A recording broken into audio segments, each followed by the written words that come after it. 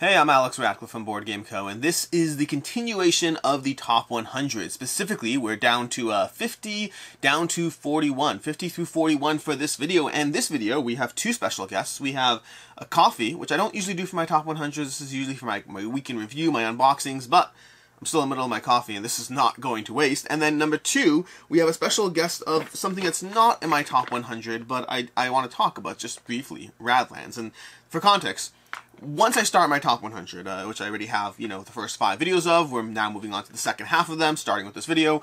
But once I start my top 100, things are locked in. Things don't really move around. It may be one or two slight adjustments of this versus that as I go down the list. But the top 100 basically gets locked in because it is incredibly hard to put something into the middle and then deal with the fact that you've already filmed 5 videos. So it's already locked, but then there are sometimes games that you play as you start the series and you're like, I wish I could have fit that into my top 100 in Radlands. I don't know where it would have been. I have no idea where it would have gone in my top 100, but this would have made an appearance in my top 100. That's basically all I'm talking about, because I just discovered this last week, and I've played 7 games already. It is delightfully fun 2-player game from Roxley Games. I'm not overly going to go into it. I passed on the Kickstarter because I wasn't sold that another 2-player lane battler did something special. But this is very, very good. I don't know, by the way, for context, I don't know if it'll be in my top 100 next year. I'm not yet sure about that because it really depends on a few factors, including how well this game holds up to longevity, which is my biggest concern. But that said, for right now, I just wanted to talk about my 2 special guests, Coffee and Radlands, which brings us to the top 100, kind of now in order-ish, sort of. But starting with the fact that my methodology, which I talk about in previous videos, basically I just unsort all my games so that I'm coming in completely blind with a blank slate, nothing from last year to mix me up or throw me off or to bias me towards what I did something last year. Then I throw all those games into PubMeeple, a ranking engine, which can help you rank your own collection. I'll throw a link down below. And then from there, I manually override whatever PubMeeple said, because PubMeeple's great at giving you a very, very good starting point, but throwing in your own little overriding is, well, up to you, and I certainly do so if I think one game is better than another. And with that, let's talk about this particular list, this particular 10 games. We have 3 of these games that are new to me, meaning they're games that I only played in the past year. We have 1 that is new to this list. It's a game I owned but did not make its way into my top 100 last year, which is a crying shame, I think. I'll double check as we go through it. And then we have 2 Kickstarter games on this list. And starting off with number 50, which is both new to me and a Kickstarter game, is Lords of Hellas. Lords of Hellas by Awakened Realms is such a satisfying experience, one that partially to a degree is being overshadowed by Lords of Ragnarok by the fact that they have a newer version of the game that hits 80% of the same notes while feeling very different at the same time, but it's still one where I'm not sure if I have room for both of those in my collection. But let's talk about Lords of Hellas for now, not Lords of Ragnarok. Lords of Hellas is from Awakened Realms, and the basic idea of it is an area control experience. It's an area control experience in which you are trying to win from a few different win conditions. You have the primary 3, which is hunting down 3 monsters, or controlling 5 different realms, or controlling 5 different temples, lands with temples in them, or controlling 2 full lands with all the small mini-lands that encompass them. There's terms there, like realms and lands, I don't remember what they are. From there's another win condition if the game takes too long, building a full monument, controlling that region. But the core of the game basically comes down to area control, powers and abilities, fighting monsters, leveling up your heroes, getting your own asymmetric powers or your little things that'll make you stand out, giving you your own little competitive advantage. The game is a lot of fun, gives you a lot of fun things to do, and honestly, this one is one of my lower ranked games in terms of area control, because area control, lower ranked is the wrong terminology. This is a 5 out of 5 for me, but in terms of my list, this is, only at number 50, which means it's a terrible game, whereas I have many, many other area control games, spoiler, in my top, 10 to 20. Lords of Hellas is one that it's such a good experience in what it's trying to do, but it can be a bit slow-paced at times. It's one of those games where I've had, from my plays of this game, I've had some of the best area control experiences I've had, and then some that plodded along a little bit too long with someone creeping in a win, so it's given me both good and great games, which is why it's, ranked over here as opposed to higher up. Still a 5 out of 5, still an excellent game. I have way too much content for it, which usually is not a problem, but is slightly annoying when I have Lords of Ragnarok now coming in as well. So I'm like, oh no, Which one do I keep? Do I keep both? Do I keep one other? I don't yet know, honestly. We'll see how time plays out. But overall, the experience is a ton of fun as you try to seek different pathways, as you try to get one in past your opponent, as you try to figure out which method of getting victory, of acquiring victory, is going to work for you in Lords of Hellas. Moving on to my number 49, and by the way, this one, like I said already, this is new to me. I've only played it in the past year. I don't remember when I first played it was, early, mid-2021, but this is new to 2021 for me. Which means it's my number 49. Number 49, which is definitely not new to me. Number 49, which is Barenpark. Barenpark by Lookout Spiel, I guess, and Mayfair, although Mayfair I don't think is a thing anymore. Mayfair's not a thing anymore, right? I think they left, sort of, or sold to Asmodee. I don't remember the exact details. Anyways, Barenpark is one...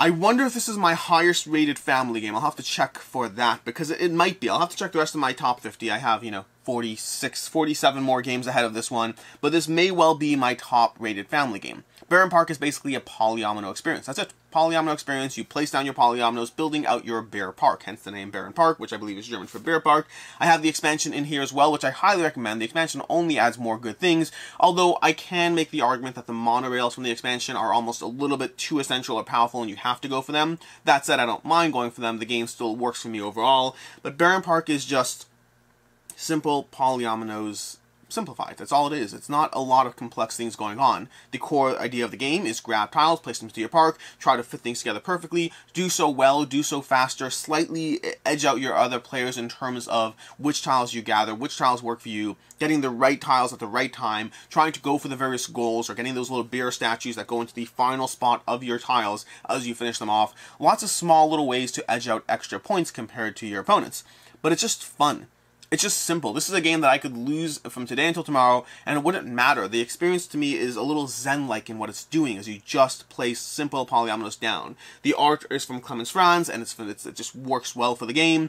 The gameplay is simple and engaging. The designer is Phil Walker Harding, who's an amazing designer in general.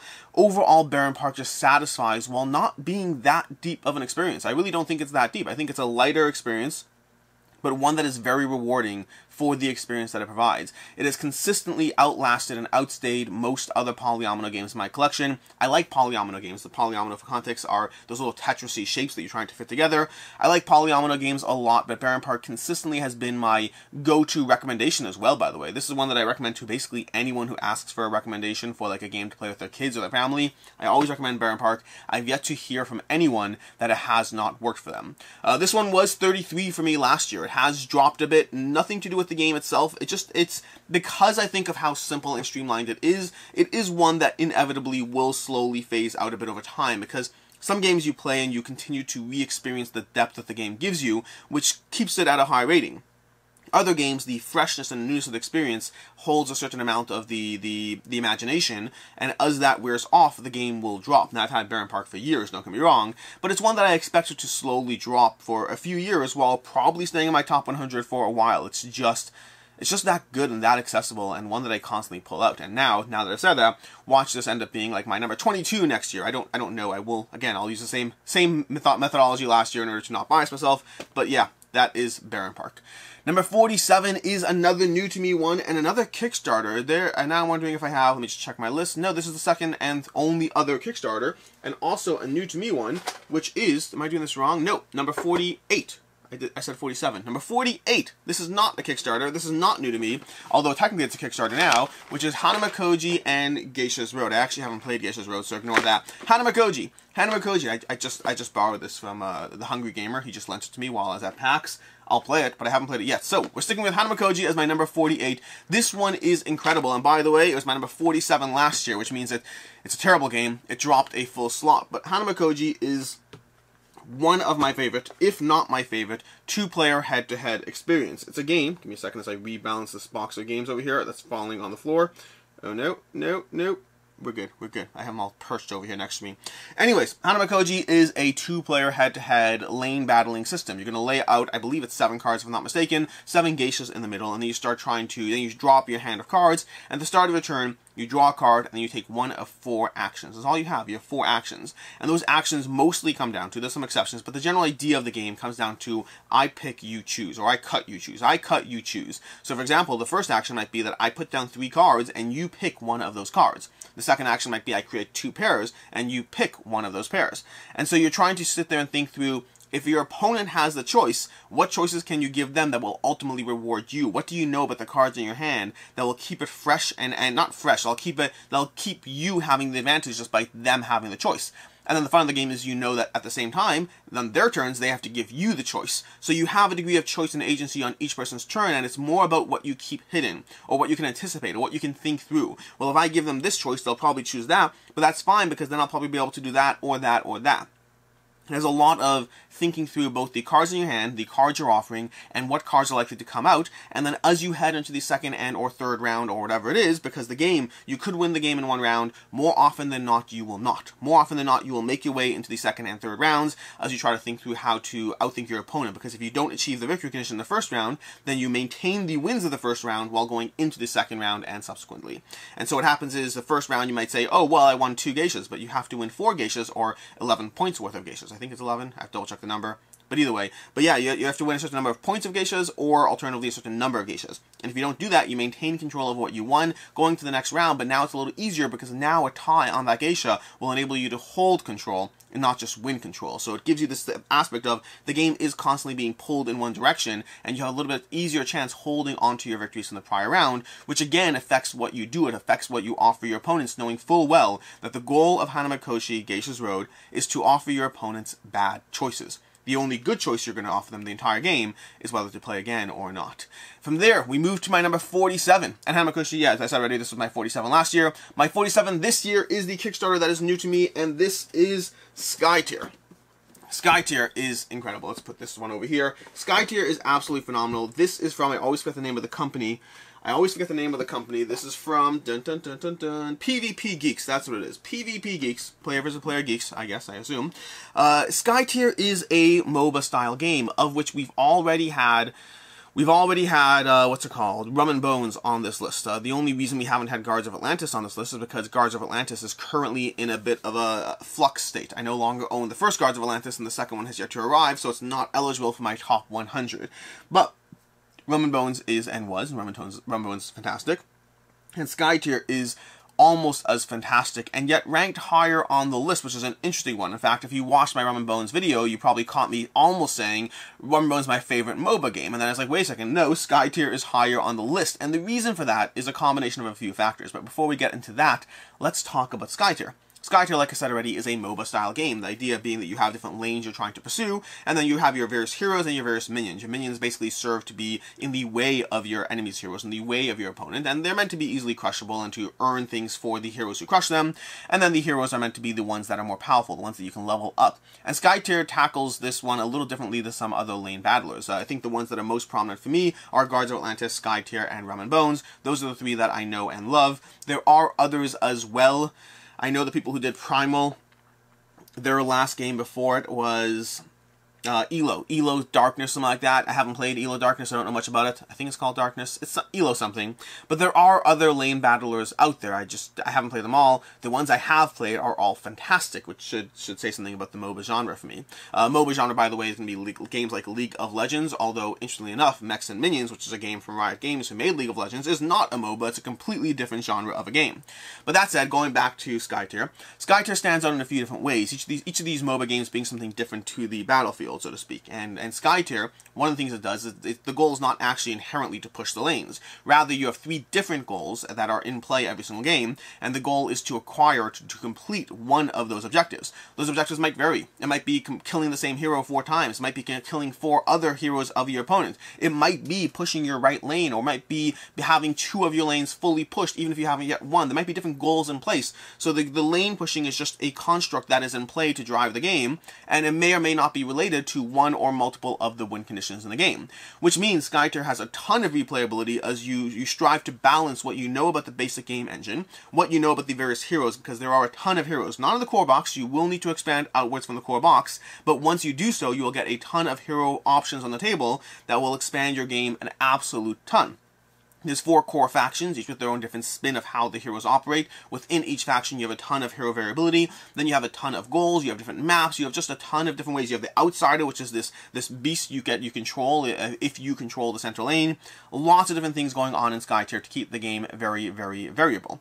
As far as the gameplay itself, it basically comes down to utilizing your hero's core abilities and then playing spells at the same time. These spells that will, as the 5 rounds progress, every round each hero has more mana to spend. So the game has an inherent sense of escalation, and I do tend to appreciate escalation in games. The reason Skytear is both a game that I like more and less than Rum and Bones is because of how accessible it is.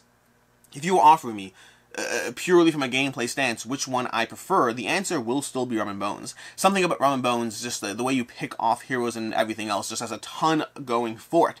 And yet Skytear is much easier to table, and that counts for so much for me when I'm ranking my games, when I'm rating my games. It counts for a lot. Rum and Bones is a hard to table game, and I love it, I do. But Skytear, you can knock out a game of Skytear with someone who, if you have 2 people who know the game, you can knock out a game in 30 to 45 minutes, and then punch through another one, and punch through another one, and continuously enjoy yourself.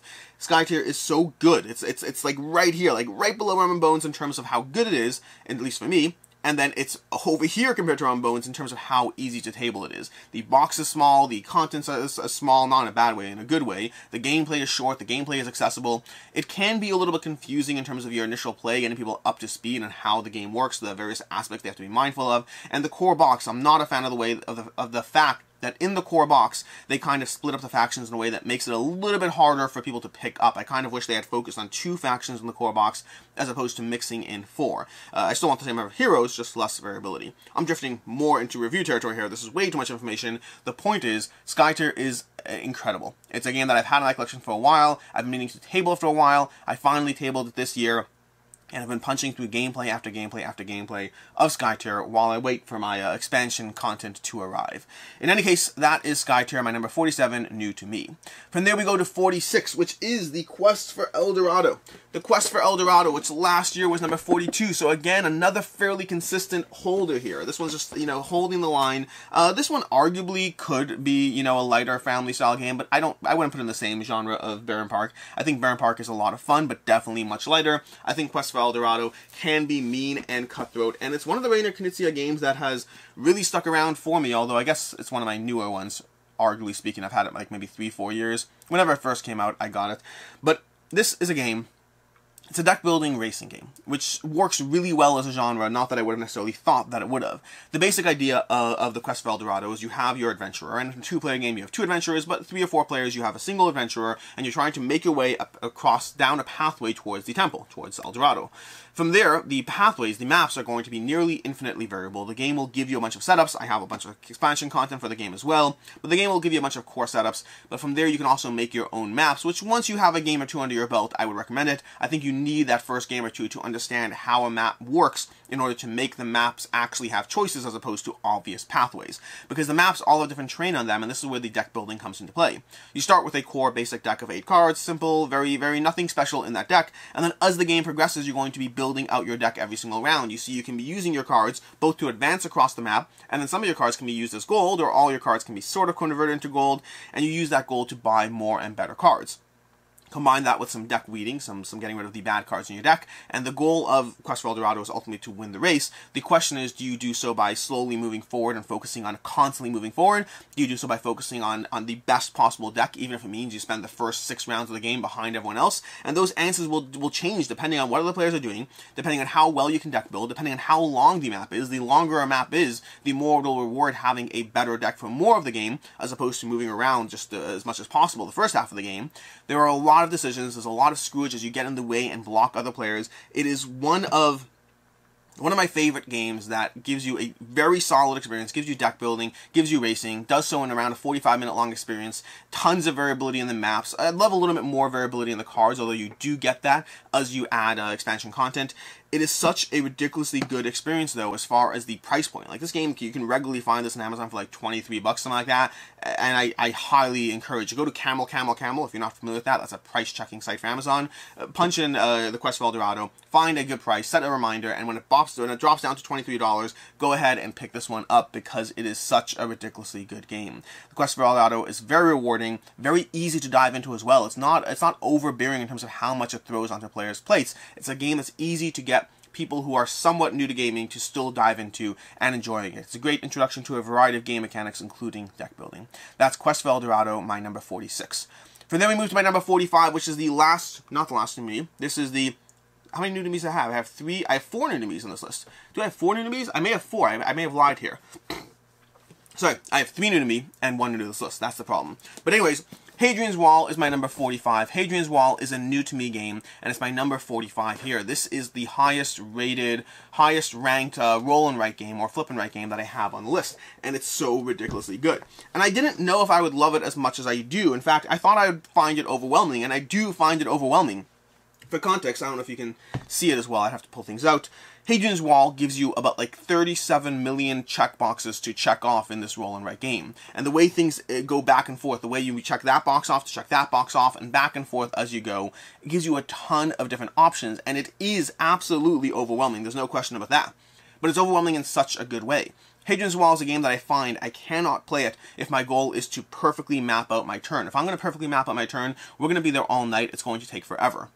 The only way for me to play Hadrian's Wall is for me to spend my resources as I get them, and just hope and kind of somewhat anticipate that I know that I'm doing something semi-correctly in the game. You just have to move confidently forward, spending resources, check off that box, earn that building, unlock this, open that, start earning that, put your citizens towards this row, start taking your resources, your stone, putting it towards that row, earn more citizens, use those to check off that track. Okay, great, round 1 is done, let's move to round 2. Rinse and repeat across 6 rounds as you start earning everything for everything that you do. It's so ridiculously compelling. I would say as a starting baseline, if you haven't played Ganz Schön Clever, if you haven't played That's Pretty Clever, that's the English name of the game, start with that. That will give you an idea and a taste of whether Hadrian's Wall will be compelling for you. Because the idea of checking off boxes and starting to get cascading bonuses as you do more and more, that's at the core of what Hadrian's Wall is. Here's 8 resources. Now see just how much you can get done with those 8 resources this turn. Here's some people, here's some stone. Do what you need to do. Build out your engine. Build it so that you get better and better and do more and more every single round across 6 rounds and just earn a ton of points and outscore your opponents. Minimal player interaction, so you should walk into the game knowing that it basically plays incredibly well solo because there's no other players. The other players are basically meaningless as far as the game goes. I do like playing against other players, though. I prefer it to playing solo, but there is a fun solo campaign as well. Hadrian's Wall is new to me at 45, but I'm 100% okay with this, and it's not the highest ranked new to me game this year either. I don't actually know what the highest ranked new to me game this year is. I should probably check that up, but it's not in this video. I know that for sure. That is basically Hadrian's Wall, which brings us to 44. Number 44, let's start sliding things down over here. 44 is going to be, we have Radlands dropping off. Radlands, which isn't even in the top 100 here. 44 is Mage Knight, a game that may well leave my collection at some point, and I'm okay with that, but for right now it's still here, and for right now it is still 44. Mage Knight, which was 39 for me last year, so it's still dropping, not as much though, and then the year before that it was number 14. And the reason for those drops, and the reason why Mage Knight may no longer be in my collection, is it's such a hard game to table. And I'm well aware of the fact that people who really know Mage Knight will be like, no, it's not, just read the rules, play through it, it's all good, it's fine.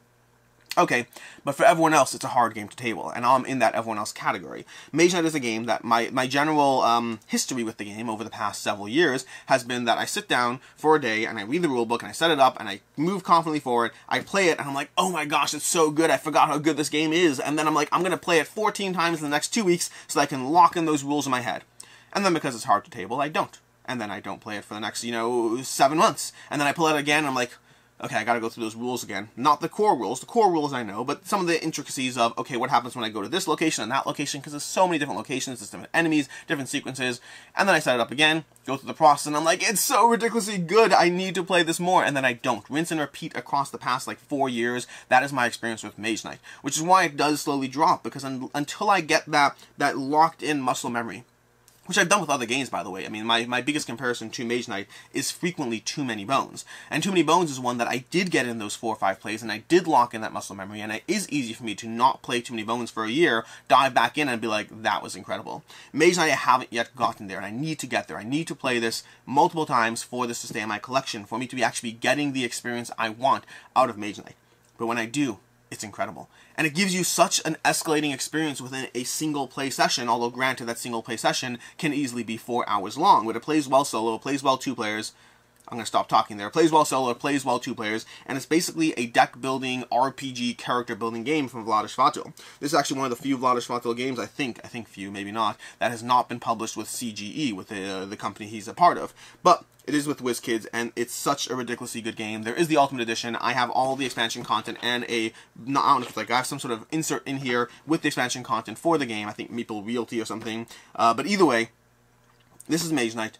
It is so ridiculously good, but it's a hard game to table. It's a game that I would encourage you not to pick up unless you're certain this game is right for you. And if you do pick it up, you have to commit to it. You have to be willing to set it up. Give yourself like 3 hours. You won't finish the game, but give yourself 3 hours to sit down and just start playing the game. Learn the rule, learn the encounter. They have a fairly decent, diving in scenario that will give you the various types of things one at a time so you get exposed to each type of location. It's great. The only problem is, I think, like, half my plays of Mage Knight have been diving into that scenario again, just so I could relearn the game, and still love it every single time. Great game. I need to play this game more. That is Mage Knight, my number 44, a game that keeps dropping, but only because of how hard it is to table. If I actually table this one more, it'll just continue to go up. Which brings us to my number 43, which this one actually rose from last year. This is Rajas of the Ganges, and it was 51 last year, 43 this year. Rajas of the Ganges by R&R Games and Huchi. I don't know if it's Huchi or Hutch. I don't know actually pronounce that. But either way, Rajas of the Ganges is from Inca and Marcus brand, and this is basically just dice placement. You roll dice and you place your dice, and then you modify your dice, and you continue doing stuff like that as you go through the engine that is Rajas of the Ganges. Now, the engine of the game comes down to, well, a few different things. There's marketplaces. There's the Ganja River. There's trying to modify there's trying to take advantage of the advisors. Everything you do in this game is all catered to trying to get you those points. And there's 2 tracks in the game. You see, there's fame and then there's money. And as your fame and money cross, that's where you win the game. So you don't have to be good at one or the other. You have to be good at, well, one or the other, or perhaps both as you cross over them. But if you're not great at fame, if you just have a monetary engine going, that will work for you. If you're not good at money, you just have a fame engine going, that will work for you. Now, if you're good at both, it's a bit of a trade-off in terms of how efficient you're being at your particular engine, but there's also extra bonuses you'll earn as you round the track, so there's another perk to being good at both. It gives you a lot of choices and a lot of options as you figure out how you min-max your engine. And it's a good enough game that, in fact, the roll and write game, Rajas of the Ganges Roll and Write, almost made its way onto my top 100. It is just outside my top 100, because even that mimics a lot of the core experience of Rajas of the Ganges while being a really solid roll and write game. Rajas is excellent. I really appreciate it. It's actually a game that I got rid of the first time I played it. I played it, and I was like, that was fun. Let me keep it around and see if it hits the table. And then it didn't, and I kind of forgot why I liked it, and I got rid of it. And then I had second thoughts. I got it back. And I really, really, really like Rajas of the Ganges. It is such a rewarding experience. I really enjoy diving down into this one. Rajas of the Ganges is a fantastic game from Inca and Marcus brand, and I expect the one to keep rising. It's accessible, which is one of the reasons it continues to rise. It is easy to teach. It is easy to dive into. The gameplay is variable enough to reward multiple plays and keep you engaged. I'm curious if they have a full-blown expansion coming, because I'd love to have one. They currently have like little goodie boxes that give you little modules to plug and play. That adds more variability to the experience. But that's Rajas of the Ganges, my number 43, up from 51. Which means it's my 42, which is new to this list, and it really shouldn't be. But that is Le Havre. Le Havre from Uwe Rosenberg, a game that at one point would have been in my top 10 games way back in the day, and then I continued to play it. I think my gaming career, call it a career, whatever you want to call it, involves diving down into a lot of games and discovering Uwe Rosenberg and picking up every single game he has. And I mean every, that's not true, I never actually got Bonanza. Almost every game he had, specifically the bigger Euros, Agricola, The Gates of Liang, basically anything Glass Road, which I still love, that was already in my top 100. Anything Uwe put out, I loved, and I picked up, and my wife and I dove down into them, really experiencing the meaty resource engines, and Le Havre for a long time was our favorite of all his games.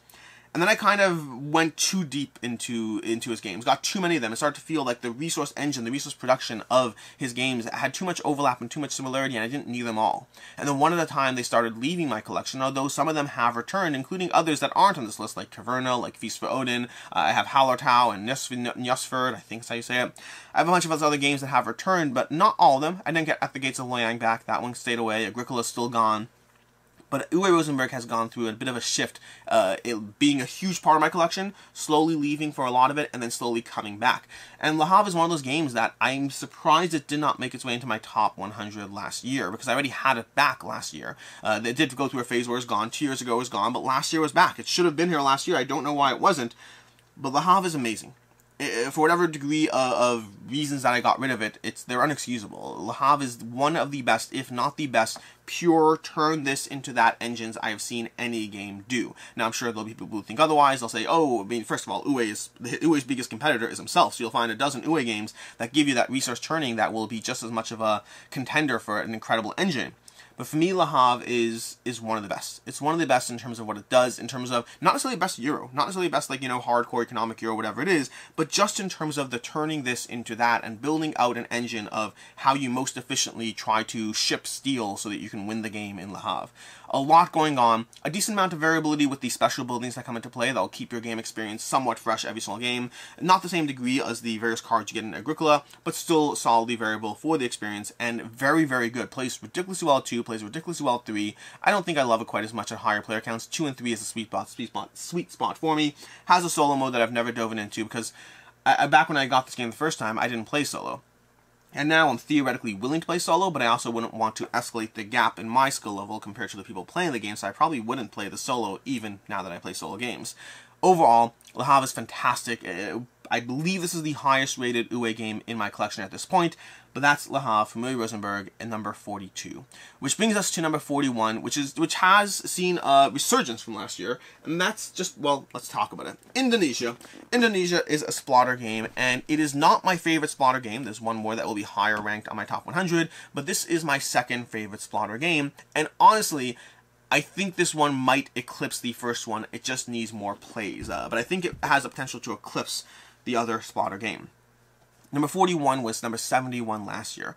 Indonesia is such a good experience. One of the biggest things I have it is I think it's a game that I only like to play at 5. 4 is good as well. Anything else, I think 4 and 5 are the only player counts I'd play, and 5 would be my preferred sweet spot for. I think I have to like double check through my games, but either way, it's basically mergers and acquisitions, the game. That's what it is. You have these shipping lines, and you're trying to produce goods, and you're trying to take advantage of the shipping lines and sell the goods to the cities that demand the goods, but it's all about the mergers, and there's a slight technology tree as well that you're mindful of, but it's just, if you took mergers and acquisitions and you put it into the most streamlined, amazing, tight, tense game experience you can find, that game would be called, and is called, Indonesia. It gives you a ton of depth, a ton of strategy, and the ways the game escalates and changes every single time you play it, just based on the players at the table and the way they play off each other. Now, it does have that typical Splotter aspect, which is if you do not know what you're doing and you dive into this game and if you don't know what you're doing, you will lose very quickly. And so this is a game that you want to make sure that your first play is either with people who haven't played the game before, or with people who aren't jerks, with people who know how to teach games to people when there's a clear strategy gap. You want this to be a game where the other players are saying, we're going to play a first, sample round or so. We're not going to play a full game because we don't want you to commit to something that you're going to lose. We'll play a sample round or two, and we're going to guide you through things you want to be mindful of, things you want to be aware of. And then once you actually go through that and you start to see the engines at play, you start to see the mergers, you start to see the technologies, you start to see the map and the resources build up and how you're trying to do things in this game, then we'll reset and we'll start again. You want to do that. Or, again, play it with people who haven't played it either. That will work as well. It's such a good experience. It is so ridiculously tight. I've gotten rid of almost any other game I have that does any form of mergers and acquisitions, I've gotten rid of because I'd just rather play Indonesia. I got rid of Acquire because I'd rather play Indonesia. I got rid of Captains of Industry because I'd rather play Indonesia. Now, it's not perfect, don't get me wrong. At the end of the day, Indonesia is a harder game to table and it has that skill gap, but for me, I'd personally rather play Indonesia. It is one of the best Splotter games, in my opinion. The second highest for me on this list, although I haven't played them all, so there is that. I haven't played Roads and Boats yet. I still need to play that. Heard it's fantastic. In any case, that is my number 41, Indonesia, coming in at, well, I just said, my number 41. And this one rose just because of how good it is. It's one of those games that, I didn't talk about this video, but I've talked about in other videos. I very much have recency bias. The games that get played more often, the games that hit the table, remind me of how good they are and why I own them. Indonesia is the kind of game that only needs a play or two a year to keep growing. It's just so ridiculously good when it hits the table. And that is my top 100, numbers 50 through 41. Like I said already, 3 new to me, 1 new to the list. That's Le Havre, not new to me, it's just new to this list. And then we have 2 Kickstarter games and a whole bunch of incredible experiences that I assume most of these will still be here next year. Although Radlands, I still have no idea. We'll see what goes on with this one. In any case, until next time, I am Alex Ratcliffe from Board Game Co. And as always, I hope you have a good one.